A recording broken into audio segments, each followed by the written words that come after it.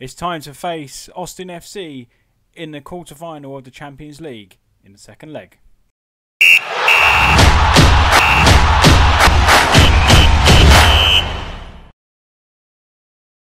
Hello everyone, I am Dan. Welcome back here to Craze Club on Reesy FC. Hope you're all doing well. We are in Season 3 now. We've just got it underway. In the last episode you saw us defeat Seattle Sounders away from home 6-2 to start off our title defence this season. We then, let me take you across to the schedule because we faced Austin FC just after in the quarter-final of the Champions League first leg. Let's show you exactly what happened. And as you can see, we won the game 4-0. We absolutely battered them, which surprised me. I didn't think this game would be as easy as it was. Let's take a look at the match just to show you a few of the stats and how dominant we was. I know we was at home, we're the champions of the MLS, so at the minute we're the treble winners last year, but we absolutely dominated. It was only Carranza who didn't get himself a green rating with a 6.8. He still had a good game, but he didn't.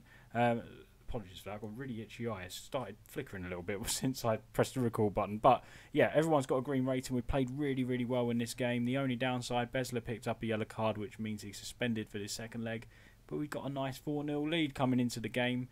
So hopefully we don't, Austin FC don't overturn that. We are going to have to make a couple of changes today because of that suspension and the recent injury to Donny Toya. But it was a fantastic victory. It should have been more. Saravia had an absolutely fantastic game. He scored a goal, which was good, but he also hit the bar. Well, hit the post twice. A couple of great chipped attempts.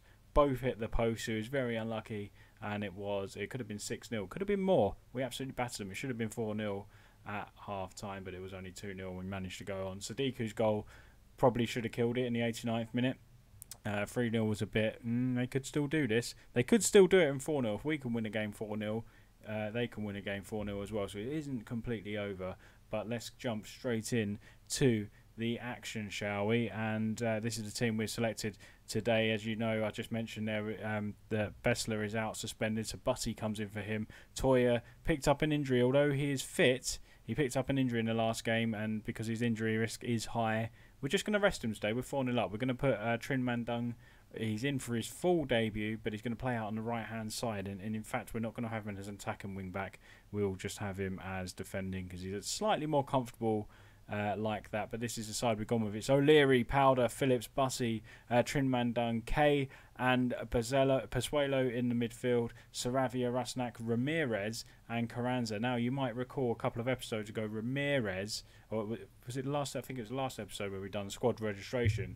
Ramirez was waived, so I don't understand why we still have him. We haven't got Everton Luiz, we haven't got Igor or Douglas Martinez, but Ramirez has been waived, and I wonder why. I'm not too sure. You guys who follow the MLS closely and understand the rules might know the reason. But is it because maybe we registered him for the Champions League squad before the MLS registration, which enabled him to remain at the club? I really don't understand why, but we'll use him while he's here. We're saying how good... Sorry, I clicked off him there. We're saying what good potential he had. Scored that marvellous goal last season, I think it was, or the first season, from a very long way out. And we was a bit disappointed to lose him, but it looks like we can keep hold of him for whatever reason. I have no idea why. He's a part of our Champions League squad. That is the only thing I can think of. So he is in today. You get to see him once again. But that's the side we've gone with. We're going to submit this team. It's a very strong team, considering we're 4-0 up. We've got a game in 2 days' time against Dallas, which we will be obviously taking very seriously as well. But the Champions League's priority. Let's get a goal or two here, or get to half-time with a healthy lead still, and we may think about some changes. So we're going to say to them, don't allow complacency to be a factor in this game. We need to stay switched on. We can't give Austin FC an early goal, because then we could be under increasing pressure for the rest of the game, and we want to get through pretty easily, hopefully, and pretty stress-free. But obviously you guys want to see it go a bit close, so it's a bit more interesting for you. But 15 minutes gone, it is still 0-0. We have a throw-in with Bussey, who goes long, but it's a bit of a poor throw for him. And Konechny coming forward here for Austin FC. He is the leading striker for them today. Great tackle from Kaya, getting himself back in the midfield, from the midfield, and getting back and intercepting that attack. And he's doing really well in midfield, to be fair to him. He was left back all last season, but because of Luis leaving, of course Kai is filling the gap as the box-to-box midfielder. Good ball over the top. Chance here. Matthias is in, and it's 1-0 to Austin FC, and it's kind of what we didn't need. 17 minutes in, they have pulled one back on aggregate. They're 1-0 up on the night, and that will give them a glimmer of hope. Good ball from Dotston. Little reverse pass into Medina. Lovely chip ball, which I think Tin Mang Dung should have done better with. But at right back, well, actually, I'm not even going to say that. As a he's not a usual right back. The central defender should deal with a ball in the air much better than that, in my opinion. So I'm a bit disappointed with how we dealt with that.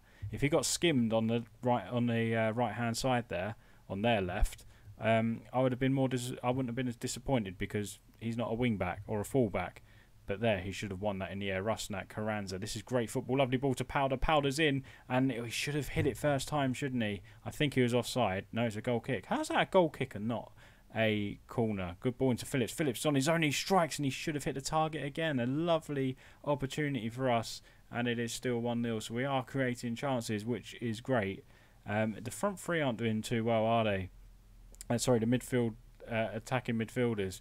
2 of them on 6.5 ratings. I think Saravia is the only one on 6.6. Yeah, he's doing slightly better than the others, but they need to be a bit better in this game. Here is Ramirez on the ball, doing pretty well. Can he skim up his man? Good ball in, but Bute gets rid of the ball. Matthias has a chance, but it's dispossessed, and we've got the ball again. Here is Ramirez. Plays it back to Pasuelo. Saravia, great strike. I think it was from Ramirez, and I think it was tipped onto the crossbar by the goalkeeper. It happened so quickly, and it is still 1-0 to Austin FC. We're going to encourage the boys. They're not too happy about that. We are 1-0 down on the night, so I don't think a bit of encouragement saying, come on boys, we don't want to lose this game on the night, even though we're miles ahead on aggregate, but we need to get ourselves going a little bit, and I think a bit of encouragement is better than shouting at them because they have a 4-1 lead at the end of the day. Carranza, good ball into Kai. Kai getting himself forward very well, plays it to Ramirez. Ramirez strikes, and what a well-placed finish goal that was.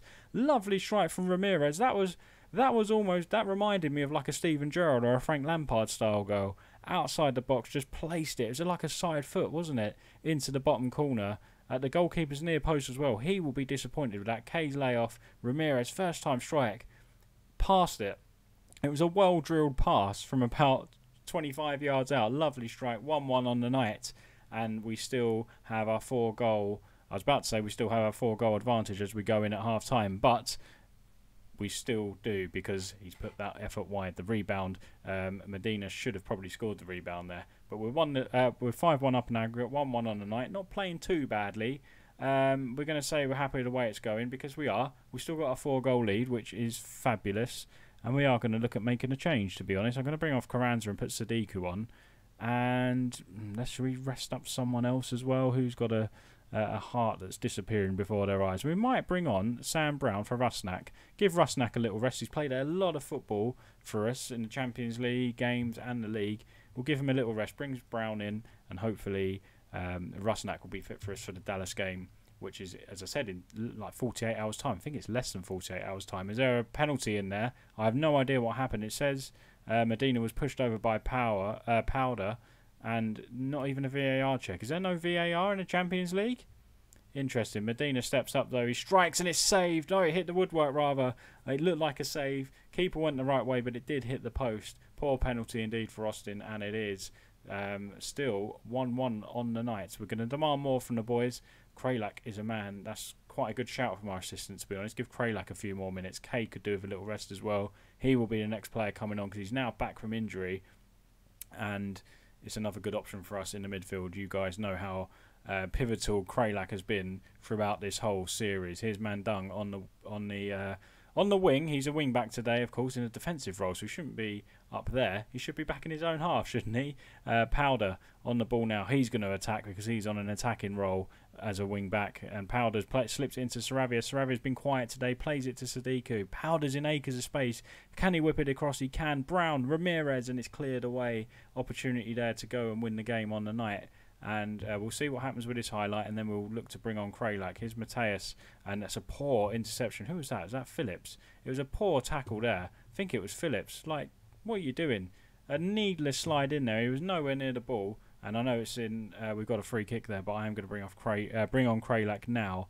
Pasuelo is the one actually really struggling today, so we're going to bring him on for Pasuelo instead of Kay, which I would have liked to have done, but Pozuelo's not having a good game, and he's also very struggling. He's very fatigued in this game, so it's best to bring him off for the final 25 minutes. Powder on the ball. Nowinski wins it back now for Austin FC as they look to go up the other end. If they score now, they've still got a bit of a chance. There's 22 minutes remaining. Mendiola on the ball now. He's got a lot of space. Where are the boys here? And Oh, I don't know what's happening. What's going on? And it's cleared away. A weird scramble there. I was just about to say Dunn gave him loads of space. And then that weird Sunday League scrap happened there in the box. Allison's throwing to Dominiquez. Dominiquez turns well. And I tell you what, Dung is not having a good game there at all at right back. Fortunately for us, we still look like we're going through, so we will keep him out there, but I don't think we'll be playing him there in a rush any time soon. Dominiquez on the ball now, coming forward here for Austin FC. We need to take him out, boys. Come on, take him out. I don't want to lose on the night. I know we'll still go through, but I do not want to lose on the night because it will kind of kill a little bit of momentum, won't it? And we want to keep the momentum rolling if we want to win this Champions League, win the US Cup, and try it and win all the MLS titles. When I say all the MLS titles, I mean the conference, the playoff, the supporters shield, whatever you win.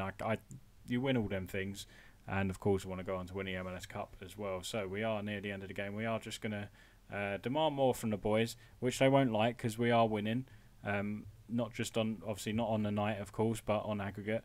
And that was a good challenge there from Dung. That was a bit better from him. He nearly gave away a penalty, but it was well timed. Mateus' ball in. Dominiquez is in behind Dung again, who's been really poor apart from that tackle. And the ricochet goes back to Konechny, who scores and makes it 2-1 to Austin FC on the night and 5-2 to us on aggregate. Third goal of the season for him. Look at that. Really poor from Dung. Dominiquez. It was very fortunate. To be fair, O'Leary parried it into Konechny's way. He probably should have caught it and gathered it.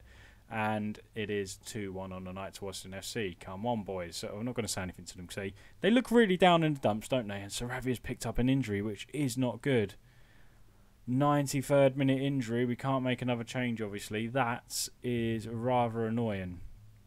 Saravia's been good for us. He started the season very well for us, and we've just lost him to injury. So, happy with the result and the way you played? Not really. I'm going to say we're not happy. I'm not happy to lose the second leg. I think that's better rather than saying I'm happy with the way you played and we lost 2-1. But, albeit we lost on the night, but we are through to the semi-final of the Champions League. And who have we got now? We have got CD Cruz Azul. I guess they are Mexican. Are they Mexican? They are. So now this is where the comment section have been telling me this is where the Champions League gets hard in the North American Champions League when you start playing the Mexican sides. So this one will be a real test. Can we see? We can't even see the league because it's not loaded. But Cruz Azul won the... What's the closing stage and the opening stage? Absolutely no idea. Does that mean they won the Mexican first division? No idea what that means, but they're on that list. They must be a pretty good side. So then let's head across the schedule. When do we play them? So it's only in a few games time again. So Cruz Azul semi-final first leg and the second leg. What? I was thinking of just playing the second leg again.